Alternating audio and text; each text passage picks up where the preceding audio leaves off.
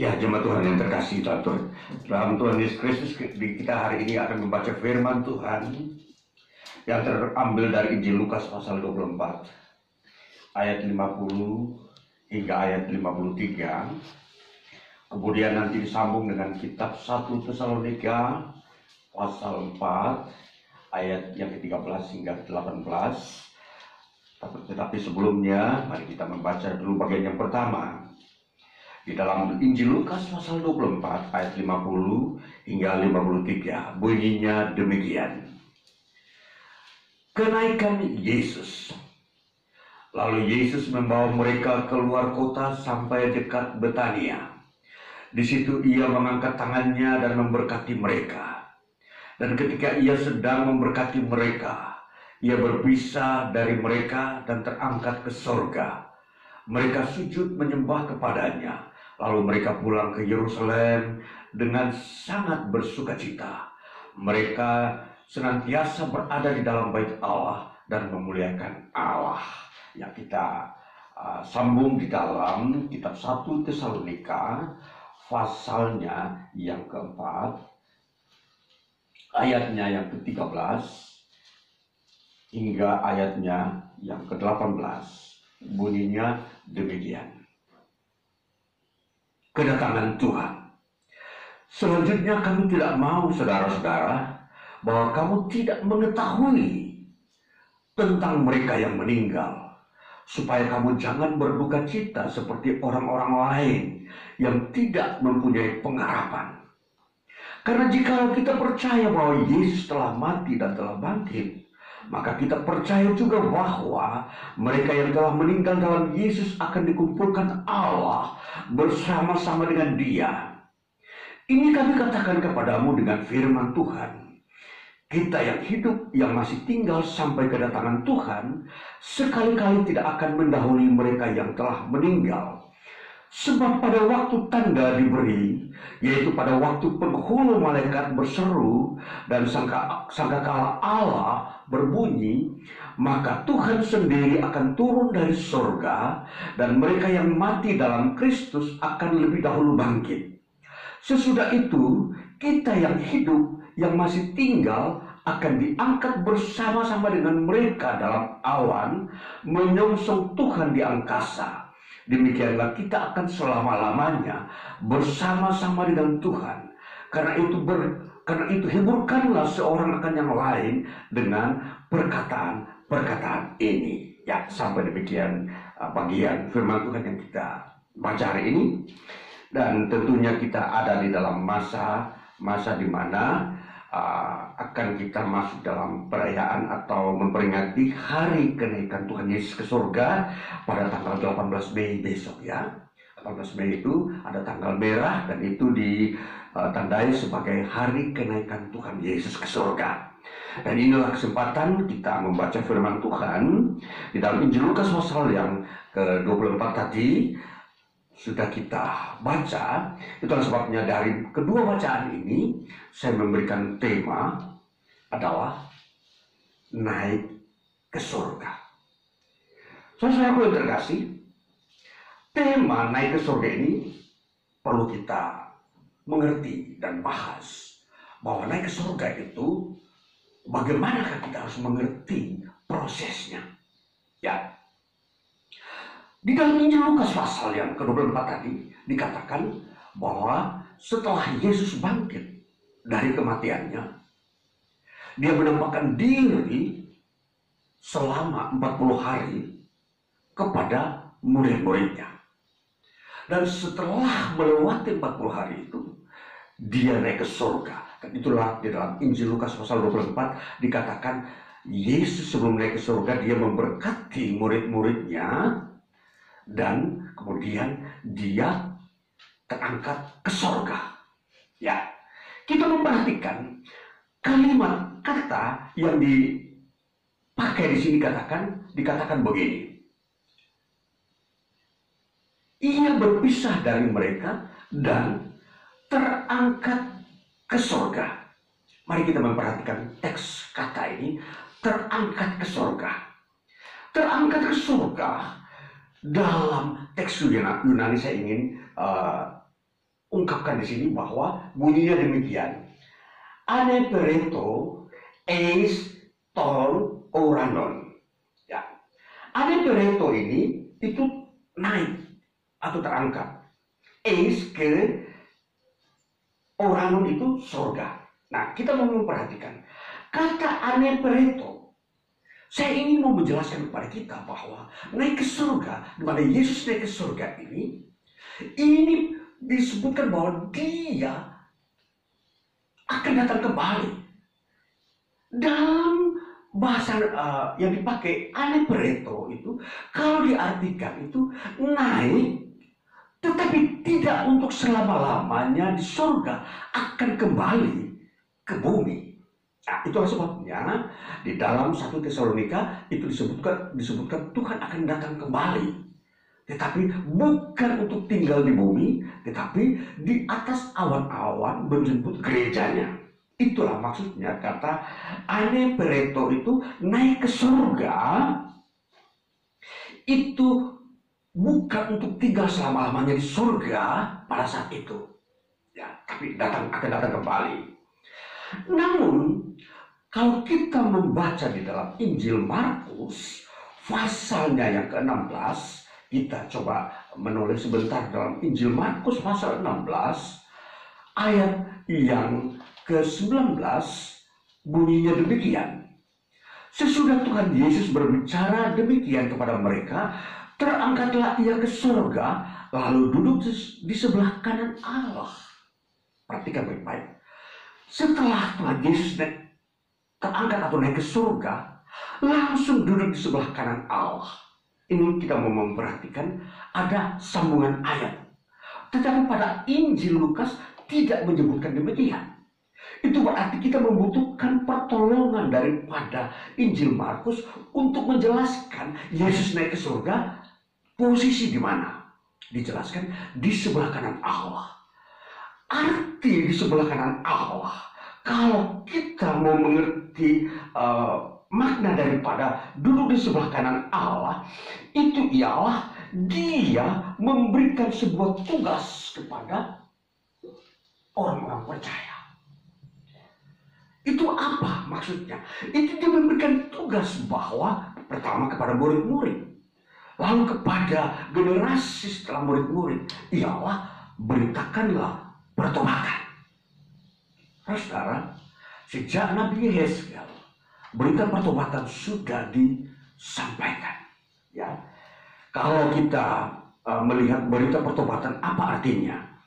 Pertobatan itu sendiri. Pertobatan ialah berbalik atau meninggalkan dosa dan berbalik kepada kebenaran atau firman Tuhan. Tunduk kepada Tuhan. Itu makna pertobatan. Nah, itulah sebabnya dikatakan kalau Yesus duduk di sebelah kanan Allah, itu mempunyai makna bahwa dia memberikan perintah kepada murid-muridnya, beritakanlah berita pertobatan. Injil itu adalah berita pertobatan. Nah, saudara, jadi kalau gereja di dalam pekerjaannya di dunia ini tidak memberitakan pertobatan, misalkan, maka banyak orang tidak mengerti bertobat dan terus berbuat dosa. Itu maksudnya. Jadi pertobatan itu adalah berita penting di dalam pemberitaan Injil. Jadi semua orang yang mempercayai kepada Yesus Kristus, mereka harus melalui proses bertobat mengakui dosa. Nah, inilah peristiwa di mana Yesus naik ke surga dan duduk di sebelah kanan Allah. Ini saudara, naik ke surga. Jadi tema naik ke surga ini bukan kita mau sedang berbicara tentang lokasi surga, bukan. Tetapi peristiwa naik ke surga adalah peristiwa di mana kerajaan Allah dibukakan, lalu perintah Allah, pengajaran Allah itu harus terus dikerjakan di muka bumi karena tuntutan kerajaan surga. Nanti kita akan melihat bagaimana kerajaan surga ini akan diwujudkan pada akhir zaman setelah Yesus turun dari surga. Nah, jadi kita sedang bahas naik ke surga. Dan nanti kita akan kita akan akhiri bagian firman Tuhan ini dengan turun dari surga. Itulah sebabnya di dalam kalimat yang saya sudah sampaikan tadi bahwa anipereto itu artinya bahwa Tuhan pergi ke surga dan akan datang kembali. Itu makna daripada anipereto yang dimana dikatakan Yesus terangkat ke surga. Terangkat itu anipereto itu berarti dia terangkat tapi nanti akan datang kembali. Ini makna kalau kita mau membaca teks Yunaninya. Ya, jadi kalau orang-orang yang membaca teks Yunani begitu indah, saudara-saudara. Karena ada makna yang terdalam di situ. Kalau kita membaca teks Indonesia, bahasa Indonesia, terangkat itu berarti memang naik. Naik itu berarti ke surga. Hanya batas pemahaman kita begitu. Kalau bahasa naik ke surga, berarti ya sudah pulang ke surga. Selanjutnya tidak ada perkembangan informasi. Tetapi kalau kita membaca teks Yunani, anipereto, Yesus naik ke surga, tapi akan datang lagi. Datang lagi ke dunia, maksudnya bukan turun ke dunia ini, tapi dia akan ada di atas awan-awan untuk menjemput orang-orang percaya kepada dia yang tadi menerima Injil untuk dibawa ke surga selama-lamanya. Nah, nanti di dalam 1 Tesalonika sudah jelas dijelaskan di situ bahwa kita akan tinggal bersama Tuhan selama-lamanya di surga. Nah, itu di dalam 1 Tesalonika yang kita sudah baca bagaimana ungkapan Rasul Paulus yang mendapat wahyu yang mengungkapkan tentang kerajaan surga. Dan kita akan sudah melihat di sini, kita akan melihat di sini di dalam ayat yang ke-17 dikatakan, sesudah itu kita yang hidup yang masih tinggal akan diangkat bersama-sama dengan mereka dalam awan menyongsong Tuhan di angkasa. Nah, jadi di sini peristiwa kita masuk surga nanti peristiwa sama seperti ketika Yesus naik ke surga terangkat. Jadi diumpamakan contoh, kalau hari ini Tuhan datang, dia kembali dari surga, maka kita akan terangkat sama seperti Yesus terangkat ke surga. Jadi itu prosesnya sama. Jadi terangkat inilah yang disebut kita terangkat dalam awan menyongsong Tuhan. Jadi nanti kelihatannya awan, ya, awan itu yang menjadi sarana transportasi atau alat yang terpakai. Lalu di atasnya itu kita berdiri dan kita menyongsong Tuhan. Tuhan datang dari surga, turun dari surga di angkasa, dan kita dari bumi naik ketemu di angkasa di atas awan dan menyongsong Tuhan. Inilah yang kalau kita mau melihat bahwa Yesus naik ke surga, terangkat ke surga, itu adalah proses nanti akan terjadi pada akhir zaman. Jadi kita harus sebagai orang Kristen mau mengerti bahwa naik ke surga, Yesus naik ke surga ini menjadi pengetahuan kita bahwa nanti kita sama seperti Yesus kalau kita masih hidup saat itu. Itu penegasannya. Tetapi sebaliknya kalau kita sudah mati, dijelaskan bahwa justru orang yang mati itu akan bangkit duluan. Ya, dia dibangkitkan duluan, dia diangkat lalu berdiri di atas awan, baru menyongsonglah orang yang masih hidup. Nah, saudara-saudara, jadi kita mau memperhatikan iman Kristen di sini bahwa naik ke surga itu sungguh indah. Jadi mereka yang mati akan bangkit dulu. Jadi ini bagaimana kemuliaan Tuhan yang bekerja di dalam kehidupan kita. Yang mati bangkit, yang masih hidup naik ke surga. Jadi di dalam memahami naik ke surga, maka kita tidak akan mungkin lagi membanggakan kehidupan yang ada di dunia ini. Karena di dunia ini semua akan tertinggal, semua tidak akan terbawa. Jadi kalau kita terangkat ke surga, Tuhan tidak bilang, ambil pakaianmu dulu di sana supaya kamu bawa ke surga. Tidak. Kita diubah dalam sekejap mata. Mari kita baca di dalam Injil Matius pasal yang ke 24 ayat 29 hingga 31. Kita coba membuka Injil Matius pasal 24. Ayat yang disebutkan tadi, ayat 29 hingga 31, bunyinya demikian. Segera sesudah siksaan pada masa itu, matahari akan menjadi gelap dan bulan tidak bercahaya, dan bintang-bintang akan berjatuhan dari langit, dan kuasa langit akan goncang. Pada waktu itu akan tampak tanda Anak Manusia di langit, dan semua bangsa di bumi akan meratap, dan mereka akan melihat Anak Manusia itu datang di atas awan-awan di langit dengan segala kekuasaan dan kemuliaannya. Dan ia akan menyuruh keluar malaikat-malaikatnya dengan meniup sangkakala yang dahsyat bunyinya, dan mereka akan mengumpulkan orang-orang pilihannya dari keempat penjuru, dari ujung langit yang satu ke ujung langit yang lain. Nah, mari kita sambung pada bagian yang berikutnya. Tariklah pelajaran dari perumpamaan tentang pohon ara. Apabila ranting-rantingnya melembut dan mulai bertunas, kamu tahu bahwa musim panas sudah dekat. Demikian juga, jika kamu melihat semuanya ini, ketahuilah bahwa waktunya sudah dekat, sudah di ambang pintu. Aku berkata kepadamu, sesungguhnya angkatan ini tidak akan berlalu sebelum semuanya ini terjadi. Langit dan bumi akan berlalu, tetapi perkataanku tidak akan berlalu. Tetapi tentang hari dan saat itu, tidak ada seorang pun yang tahu, malaikat di surga tidak, dan anak pun tidak, hanya Bapa sendiri. Dan saudara-saudara terkasih, kita melihat peristiwa kedatangan Yesus ini seperti itu. Jadi artinya dalam bagian yang lain bahwa ketika Yesus datang, sisi yang lain alam ini mengalami goncangan. Tetapi sisi yang lain, kita umatnya ini itu sudah langsung diangkat tanpa mengalami sebuah goncangan yang ada di bumi ini.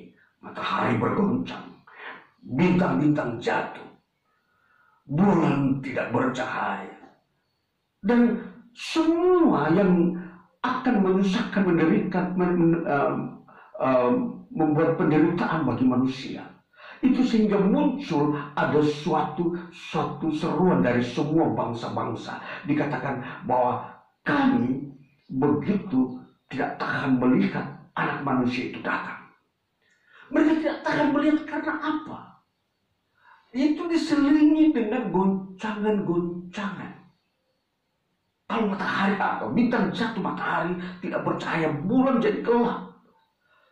Tentunya semua orang di muka bumi mengalami banyak penderitaan. Tetapi siapakah yang beroleh kebahagiaan? Kita. Langsung, tidak dalam hitungan menit, ketika peristiwa itu terjadi, kita pun langsung diangkat di awan-awan. Jadi tidak ada seorang pun yang mengalami sebuah bencana bintang jatuh. Ini pengetahuan akhir zaman iman Kristen. Saudara, jadi kita yang percaya pada Yesus Kristus, kita harus tahu mengerti akhir zaman ini, sehingga kita tidak gampang disesatkan oleh pengetahuan-pengetahuan umum yang tidak mengerti Alkitab, pengejaran Alkitab tentang akhir zaman. Nah, itulah sebabnya dalam penegasan di sini Anak Manusia Yesus datang di atas awan. Setelah dia naik ke surga, dia akan datang lagi di atas awan. Nah, peristiwa datangnya itulah ada dua hal yang terjadi di bumi. Yang satu adalah terjadinya goncangan bumi, bintang-bintang jatuh, matahari tidak bercahaya, bulan menjadi gelap. Tetapi sisi yang lain terjadi, umat Tuhan, gereja Tuhan diangkat secara serentak. Yang mati dibangkitkan terlebih dahulu. Mereka sudah ada di atas awan, dan terjadilah suasana yang begitu kacau di bumi ini.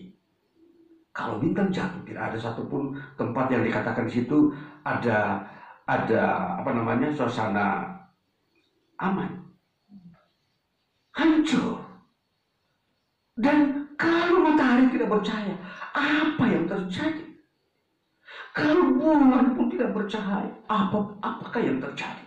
Itulah kedatangan Yesus. Itulah saatnya. Ya saudara, kalau kita melihat peristiwa ini, peristiwa itu bukan terjadi nanti proses. Itu dalam sekejap. Orang sementara makan minum, bintang jatuh. Tetapi orang percaya sudah terangkat. Semua orang sedang makan, mungkin di satu tempat acara, mungkin sedang beribadah dan sedang makan. Tuhan Yesus datang dan itu terangkat.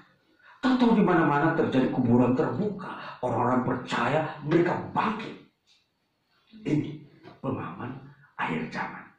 Saudara yang terkasih, kita di dalam memahami naik ke surga inilah yang perlu kita ketahui. Bahwa naik ke surga hanya bisa terjadi di dalam Yesus Kristus. Kita masuk surga bukan dengan kekuatan sendiri, tapi Yesus menjemput kita. Bayangkan dikatakan Yesus turun dari surga, dia ada di atas awan-awan, lalu kita naik dari bumi ke atas awan-awan, lalu kita dibawa Yesus masuk ke surga. Itu prosesnya. Jadi kita didampingi oleh Yesus. Semua umat Tuhan di muka bumi, dari zaman perjanjian lama, mereka yang sudah bertobat, mereka akan dibangkitkan. Para nabi akan dibangkitkan. Dan naik bersama-sama kita gereja, masuk dipimpin oleh Yesus ke surga. Itu prosesi naik ke surga seperti itu. Jadi bukan sepi-sepi, sebuah peristiwa yang begitu meriah. Seluruh umat manusia berkumpul dalam satu lokasi dipimpin oleh Yesus Kristus. Dari zaman para nabi, orang-orang zaman perjanjian lama, sampai kepada kita dan akhir zaman yang sudah mati, langsung rame-rame dibangkitkan. Naik menuju surga, Yesus memimpinnya, Yesus di depan dan membawa kita masuk ke dalam kerajaan surga. Itulah yang disebut naik ke surga, saudara-saudara. Jadi tidak ada pemahaman lain. Pemahaman kita masuk surga tidak ada lewat proses pintu sempit, pintu lebar. Itu proses penghakiman. Itu ketika akan dijatuhi suatu hukuman, ketika akan ditempatkan orang masuk neraka. Itu prosesi terakhir. Sedangkan ini prosesi pertama, kita rame-rame masuk ke surga. Ayo kita memperhatikan naik ke surga berbeda dengan nanti kita masuk dalam penghakiman. Jadi sebelum kita masuk di dalam kekekalan, kita masuk ke surga dulu. Nanti setelah kita di surga, Yesus datang dari surga ke bumi memerintah selama 1000 tahun di muka bumi. Ini pemahaman tentang premilenialisme, teologi tentang akhir zaman. Jadi Yesus akan membuktikan, dia akan menggenapi nubuatan bahwa dia adalah raja. Raja itu dia memerintah, menguasai. Jadi pada saat itu Antikristus sudah dibinasakan. Jadi di sini kalau memang akhir zaman ada Antikristus. Jadi setelah bintang jatuh, kita naik ke surga, muncullah Antikristus. Dia memerintah 7 tahun lamanya. 3,5 tahun dia akan menyiksa orang Israel. 3,5 tahun dia menyiksa dunia, seluruh umat manusia di muka bumi.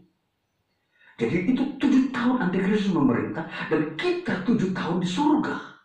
Setelah Antikristus selesai masa pemerintahannya, Yesus datang ke bumi bersama seluruh orang-orang kudusnya dari zaman perjanjian lama, nabi-nabi, sampai kepada gerejanya, masuk ke bumi ini, memerintah selama 1000 tahun. Setelah selama 1000 tahun, barulah masa yang disebut penghakiman terakhir. Nah, inilah baru ada neraka. Jadi pada saat kita naik ke surga itu belum proses neraka. Kita masih mengunjungi surga. Belum tinggal selama-lamanya. Nanti kita dibawa Yesus kembali lagi ke bumi. Bayangkan saudara, ini suatu peristiwa yang ajaib yang tidak bisa terjadi di kalangan manusia. Ini hanya Tuhan yang mempunyai kerja. Kita memahami ini baik-baik. Jadi, kedatangan Yesus itu sangat mulia bagi kita. Membuat kita sangat bangga. Itulah sebabnya iman kita saat ini itu adalah memiliki gambaran tentang masa depan. Tentang bagaimana kita bersama Yesus naik ke surga. Jadi, kalau naik surga itu berarti kita sudah tidak akan mati lagi. Justru kita akan memerintah bersama Yesus di bumi ini. Dan setelah 1000 tahun, barulah Yesus mengadakan penghakiman. Yang neraka masuk neraka, yang dapat upah dari Yesus ya karena dia melayani pekerjaan Tuhan. Dia menerima mahkota kekekalan, dia menerima mahkota kemuliaan, dia menerima mahkota-mahkota yang sudah disediakan oleh Kristus Yesus. Baru setelah itu, hidup kekal selama-lamanya. Kerajaan bumi baru. Jadi yang masuk bumi baru adalah orang-orang yang percaya kepada Kristus Yesus dan para nabi, orang-orang kudus pada zaman perjanjian lama. Sedangkan selebihnya di neraka. Nah, ini saudara-saudara yang kekasih, kita memahami akhir zaman, peta akhir zaman berdasarkan Alkitab ini supaya kita memahami bahwa proses masuk surga itu seperti apa, kita harus tahu. Jadi orang yang mati sekarang ini mereka belum di surga. Mereka masih ada disebut Firdaus. Mereka orang-orang percaya di Firdaus, tempat di mana di situ tempat menampung orang-orang yang percaya kepada Kristus.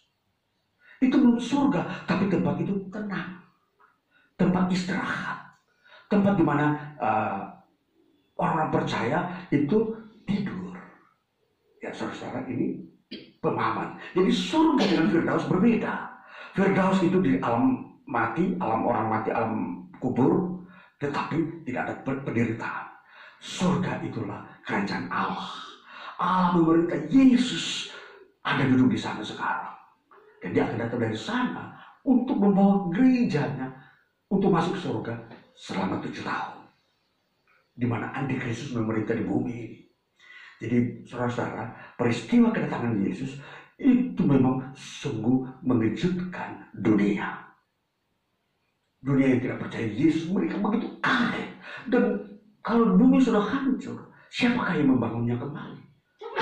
Yesus datang memerintah 1000 tahun. Yesus membangunnya kembali untuk umatnya hidup di bumi ini. Itulah disebut Yesus adalah Raja yang membawa kehidupan. Itulah sebabnya Yesus disebut Raja Damai.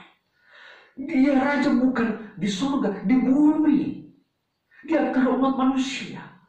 Tetapi ketika di dalam kekekalan, dia adalah Allah. Jadi kalau kita memanggil Yesus Allah, itu pada proses dia di dalam kekekalan dan surga. Tetapi ketika dia di bumi, dia adalah Raja di antara umat manusia. Ini berbeda. Satu berbagi, dua nama. Jadi kita bisa menempatkan hal-hal tertentu. Kalau orang berkata Yesus itu Allah, mustahil. Ya, di bumi ini mustahil, dia bukan Allah. Dia datang sebagai manusia, tapi dia akan menjadi Raja memimpin manusia. Tetapi di dalam kekekalan, dia Allah dan dia pemilik surga, saudara-saudara. Jadi kalau dia memerintah semua, tunduk para malaikat, dia menyuruh, hai para malaikat, keluar kamu semua dari tempatmu, sambut itu umatku di bumi, naik ke surga, bawa mereka bersama-sama aku. Inilah pemahaman kita. Jadi pemahaman kita sebagai orang Kristen, kalau kita memahami ini, maka hal-hal yang di dunia ini kita tidak terlalu mengutamakan dan mementingkannya. Karena semua itu tidak akan berfungsi di dalam kekekalan. Tetapi Kristus ketika dia datang pada eranya, baru dia mewujudkan kehidupan yang sejati. Yang dulunya mungkin kita bergantung kepada fasilitas modern. Zaman Yesus tidak perlu. Karena semua damai, tidak ada orang mencari makan, yang satu lapar, yang satu kenyang. Tidak ada. Zaman Yesus semua kenyang, tidak ada lapar. Zaman Yesus semua punya rumah, tidak ada orang yang tinggal di bawah kolong jembatan. Zaman Yesus tidak ada lagi orang dikatakan dia sakit-sakitan. Tidak ada. Dia penyembuh. 1000 tahun tidak ada orang sakit-sakitan. 1000 tahun tidak ada orang kelaparan. 1000 tahun tidak ada orang berperang.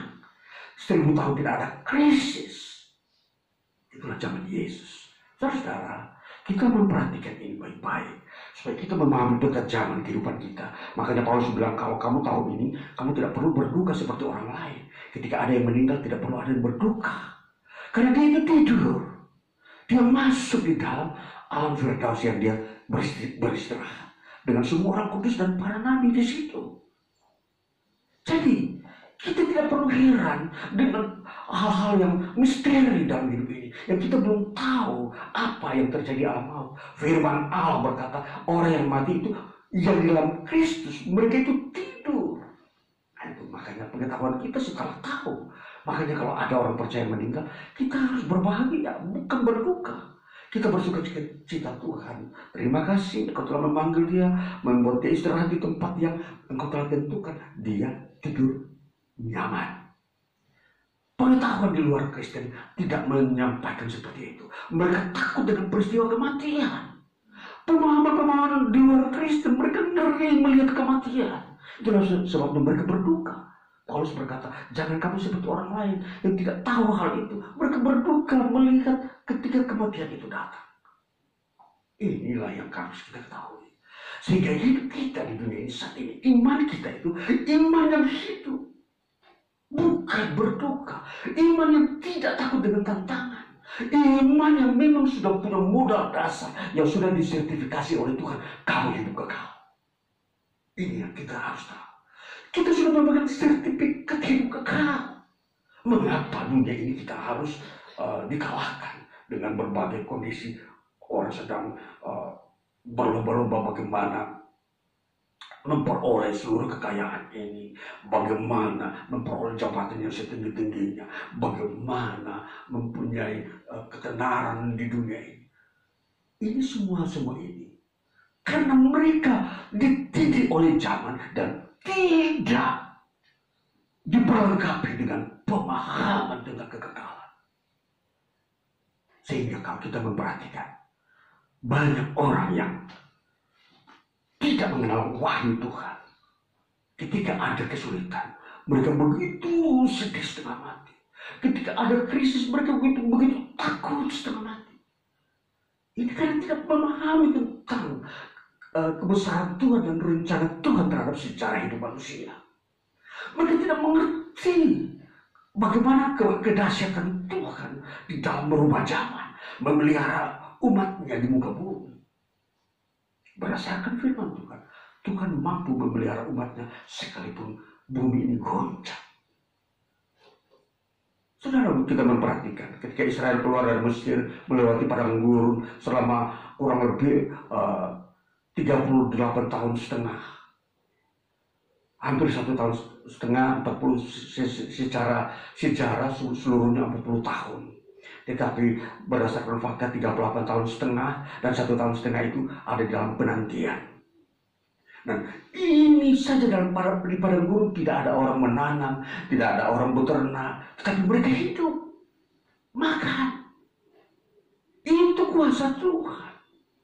Yang kita harus mengerti bahwa seluruh proses alam di dunia ini yang menuntut manusia untuk hidup melalui bekerja itu bisa dihilangkan oleh Tuhan ketika Tuhan turun tangan. Kita tidak perlu bekerja, Tuhan memberi kita makan. Makanan itu turun dari surga.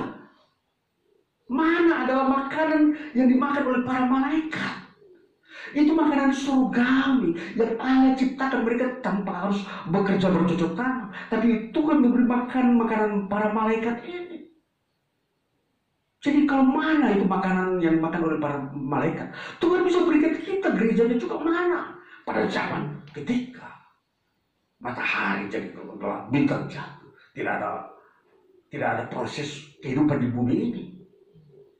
Bisa firman Tuhan telah membuktikan orang selalu selamat melewati masa 38 tahun setengah itu tanpa bekerja menanam, bisa makan setiap hari pagi, setiap hari mana jatuh makan.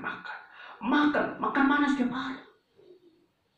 Tidak ada istilah gangguan pencernaan, tidak ada istilah gangguan kondisi apapun dalam hidup mereka.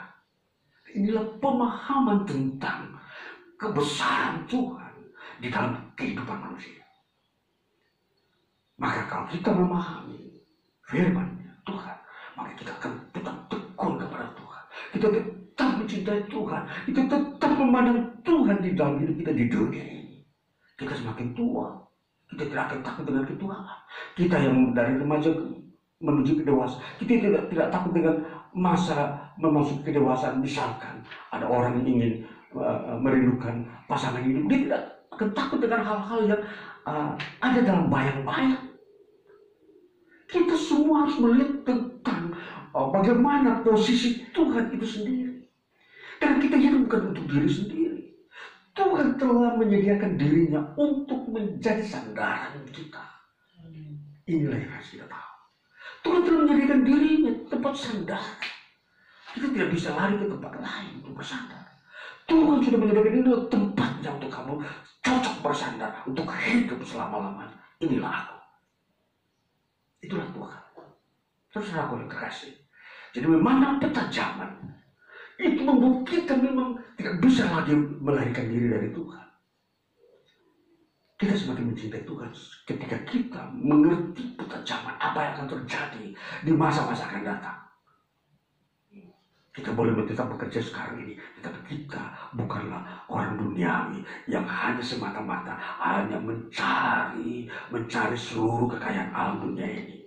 Kita tidak boleh berfokus di situ. Kita mencari bagaimana kehendak Tuhan. Itulah menjadi kekayaan kemuliaan di masa akan datang. Sebab semua orang sadar, semua orang semakin tua, besok dia tidak akan membawa semuanya. Dia mencari sesuatu yang disediakan Tuhan. Inilah kehidupan yang kekal. Kemudian kita memperhatikan saudara, apa yang disebut turun dari surga. Kalau turun dari surga, kita mengertinya dulu bahwa turun dari surga adalah sebuah kata yang disebut kata baino. Ini kata baino dari kata besetai, ini saya pakai Yunani dulu. Ini turun itu artinya bukan, sekali lagi, bukan turun di muka bumi ini seperti waktu dia lahir dulu. Jadi karena dia Tuhan, dia ada di wilayah bumi, dan di situ dia memulai mengajak orang gerejanya masuk surga. Jadi ini peristiwa ini turun dari surga adalah seperti itu.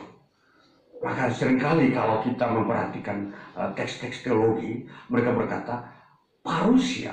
Parousia itu artinya kedatangan Tuhan kedua kali. Itu adalah sebuah situasi. Situasi itu disebut parousia. Artinya kedatangan Tuhan. Itulah waktu. Jadi parousia adalah waktu kedatangan Tuhan. Nah, itulah waktunya. Jadi waktu kedatangan Tuhan naik ke surga ini, itulah waktunya Tuhan. Bukan waktunya kita. Bukan waktunya manusia. Jadi waktu Tuhan itulah Tuhan sudah mulai memerintah.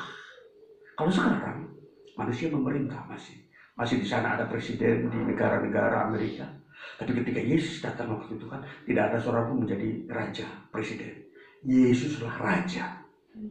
Itu perhatikan baik-baik. Seluruh dunia disatukan menjadi kerajaan 1000 tahun. Yesuslah raja.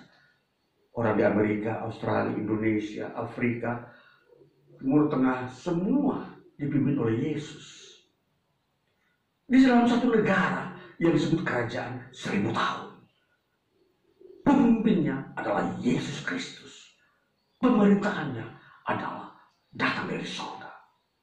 Dunia ini tidak bisa. Nanti setelah 1000 tahun, baru iblis dilepaskan. Baru terjadi penghakiman yang kekal. Jadi iblis saat itu tidak bisa bekerja. Dia tidak bisa membawa seorang pun berbuat dosa. Saat itu tidak ada seorang pun bisa berbuat dosa kerajaan 1000 tahun. Kenapa? Karena iblis sedang dipenjarakan oleh Yesus di neraka. Saat ini iblis masih berkeliaran, makanya banyak orang gampang buat dosa. Hari ini buat dosa, minggu depan masih bisa lagi. Masih ada. Tapi zaman era 1000 tahun, tidak ada seorang pun bisa berbuat dosa. Sekecil apapun, pikirannya semua benar. Tidak ada seorang pun bisa berpikir keliru. Itulah zaman 1000 tahun. Kerajaan Yesus, itulah turun dari surga. Itu yang dimaksudkan. Bahwa Yesus adalah Raja. Kalau kita membaca nubuatan-nubuatan para nabi-nabi Yesaya, Yesus adalah Raja damai. Kapan? Saat nanti dia datang 1000 tahun itu. Bukan pada waktu dia lahir. Waktu dia lahir tidak ada kedamaian di bumi. Sampai hari ini tidak ada kedamaian. Nanti waktu dia datang ke bumi ini, menjadi raja selama 1000 tahun, itulah baru ada kedamaian. Karena dia Raja damai. Maka apakah kita akan ada? Kita ada. Maka saudara, ini sesuatu yang ajaib. Kalau kita bisa hidup di bumi ini di periode Yesus, karena kita percaya. Tetapi orang yang tidak percaya kepada Yesus Kristus, dia tidak bisa hidup di dunia ini lagi. Ketika Yesus memerintah, dia tetap, kalau dia mati, dia di ruang orang mati, maksudnya di kuburan, dia tidak dibangkitkan. Dia tetap di kuburan. Kita hidup bersama orang-orang yang masih hidup pada era di mana Antikristus setelah dia memerintah. Antikristus memerintah 7 tahun. Manusia sangat sengsara, dibuat menderita oleh Antikristus. Tuhan izinkan 7 tahun untuk menguji iman orang Israel. Apakah kau mau percaya Yesus atau tidak? Dikatakan dalam kitab-kitab yang lain, orang Israel akan masuk surga dengan cara membayar nyawanya. Artinya apa? Mereka nekat dibunuh Antikristus, tetapi tetap percaya kepada Yahweh, yang dimana mereka telah diwariskan oleh Musa. Tetapi saat itu tidak ada orang Kristen. Sekali lagi, saat itu zaman era Antikristus tidak ada orang Kristen di bumi ini. Hanya orang Israel dan bangsa-bangsa yang tidak percaya kepada Kristus. Kita harus tahu, karena orang Kristen sudah diangkat. Nah, sekali lagi, kekristenan, orang yang Kristen saat ini dia tidak sungguh-sungguh, dia masuk kepada bangsa lain. Mereka bukan orang Kristen. Karena Kristen itu adalah orang yang lahir baru, yang tidak mau bertobat saat ini, mereka tidak digolongkan ke dalam Kristen. Perhatikan banget apakah ajaran Alkitab. Yang disebut Kristen adalah mereka yang lahir baru. Mereka yang menerima Roh Kudus dalam dirinya. Pembaruan hidup. Itulah baru disebut percaya kepada Kristus. Maka saudara yang belum mengalami pembaruan hidup, belum menerima Roh Kudus, saudara belum masuk di dalam daftar sebagai orang Kristen, maka saat Antikristus datang, saudara terlibat di dalam penyiksaan yang dilakukan oleh Antikristus, dan saudara tidak diangkat oleh Yesus ke awan-awan ke surga, dan saudara pun tidak akan terlibat di dalam masuk dalam pemerintahan 1000 tahun. Ini perhatikan, belajar Alkitab baik-baik. Sudah jelas wahyu, planningnya Allah, proses-proses bagaimana kehidupan masa depan sudah tercatat.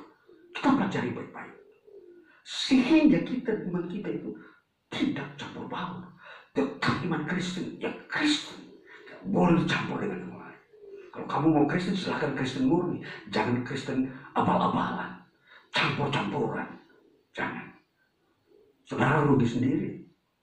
Firman Tuhan ingatkan kita supaya kita betul-betul menyembah Tuhan di dalam iman Kristen yang telah Tuhan tetapkan. Bagaimana itu kita harus jalan. Jadi ini penting bagi kita, saudara. Jangan biarkan ilmu pengetahuan menutupi pewahyuan. Jangan di pikiran kita hanya ada ilmu pengetahuan yang begitu banyak saat ini, tapi pengetahuan kita tentang wahyu Tuhan minim, sedikit. Betapa rugi dan sedihnya kita kalau kita hanya diisi oleh ilmu pengetahuan yang begitu banyak di dunia ini, tetapi miskin tentang wahyu Tuhan. Ini yang saya harus sampaikan, bahwa kita benar-benar harus mengerti bahwa jalan hidup yang benar ialah apa yang ditetapkan ajaran oleh Kristus Yesus. Kau harus bertobat kepada Yesus, dan kau harus betul-betul mengaku dosa, dan kau harus terima Roh Kudus, dan kau dilahirkan kembali di situ, dan kau dipenuhi oleh Roh Kudus supaya engkau betul-betul menyatu dengan kekudusan Kristus. Inilah anugerah. Apakah menerima Roh Kudus sulit? Tidak. Kita ada iman, Tuhan, aku terima Roh, buka hatiku terima Roh Kudus, selesai. Tuhan mengerjakan melalui pekerjaan-pekerjaan hamba-hambanya. Jangan menganggap menerima Roh Kudus itu sesuatu yang sulit, harus menjadi sarjana teologi. Tidak perlu. Kita semua harus masuk surga. Anak kecil pun dia harus masuk surga. Dia harus membuka hati. Ini yang disebut kita melihat bahwa ketetapan Kristus mengenai masuk surga, naik ke surga seperti itu. Tidak melalui jalur-jalur lain. Maka Bapak Ibu Saudara-saudaraku yang terkasih, hari ini kita masuk di dalam sebuah pemahaman naik ke surga harus dengan mengerti sejelas-jelasnya. Karena memang disitulah firman Tuhan berkata Yesus naik ke surga dan dia akan turun dari surga. Untuk apa? Itu yang sudah dijelaskan, mengerjakan semua pekerjaan-pekerjaan kerajaan surga. Di bumi ini kerajaan surga harus dibangun. Yang bangun siapa? Yesus Kristus. Tidak ada makhluk pribadi lain. Dia datang sendiri membangunnya dengan sempurna. Makanya Yesus berkata, aku akan mendirikan jemaatku di atas batu karang. Disebut eklesia itu adalah sebuah persekutuan orang-orang yang keluar dari dosa dan hidup bersekutu dengan Kristus dan kebenarannya. Nah, inilah saudara-saudaraku, gereja itulah pemahamannya seperti itu. Jadi kita masuk dalam gereja bukan melihat gedungnya, tetapi melihat firman yang ada di dalam gereja. Sebab banyak gedung gereja yang dimasuki oleh pengajaran bukan firman Tuhan. Banyak pengajaran dunia yang juga menyusup masuk. Dan ini kita harus mengantisipasi. Saya selalu menegaskan bahwa di dalam gereja harus hanya Injil, tidak boleh ada yang lain. Yang diajarkan, diberitakan hanya Injil, kehendak Kristus, perintah Kristus, rencana Kristus. Itu saja yang ada di dalam gereja. Jadi kalau kita masuk gereja, kita mendengarkan itu kan berita itu. Tidak ada berita-berita yang lain. Jadi ini harus di-clearkan. Gereja di akhir zaman, kalau engkau ingin masuk dalam pengangkatan, clearkan dulu Injil, pengajaran dalam gereja. Jangan biarkan Injil dikawinkan dengan yang lain. Jangan biarkan ajaran-ajaran palsu masuk dalam gereja. Kalau Tuhan berkatakan kamu harus dipenuhi Roh Kudus, harus. Tidak boleh tidak. Dan itu memang ketentuan Roh Kudus datang untuk memenuhi jemaatnya. Jangan masuk dengan pengajaran-pengajaran psikologi, antropologi, sosiologi, dan ilmu-ilmu duniawi yang begitu banyak. Mari kita bertekun bahwa hanya Injil, pribadi Kristus, kasihnya yang memenuhi hati, jiwa, pikiran kita. Sehingga kita kuat ketika pencobaan atau goncangan. Kita tahu bahwa Tuhan mampu memelihara kita, membawa kita kepada keselamatannya. Baiklah, kita melihat semua ini di dalam bagian hidup kita, membangun iman kita. Memang di bagian ini saya dibatasi oleh waktu, sehingga saya tidak bisa menguraikan apa semua yang telah menjadi bagian yang harus kita ketahui, yang saya sudah dokumentasikan di sini. Sehingga biar lewat media YouTube saudara bisa mengulang-ulangi, melihatnya bahwa memang kita harus sering mendengar tentang masa-masa akan datang, masa kehidupan kita di hari besok, baik masa sesudah kematian maupun ketika masa di mana Kristus menyatakan diri. Ini hal yang penting bagi kita. Kita tidak perlu berduka, dan kita terus bersuka cita beribadah kepada Tuhan kita Yesus Kristus. Haleluya. Amin. Amin.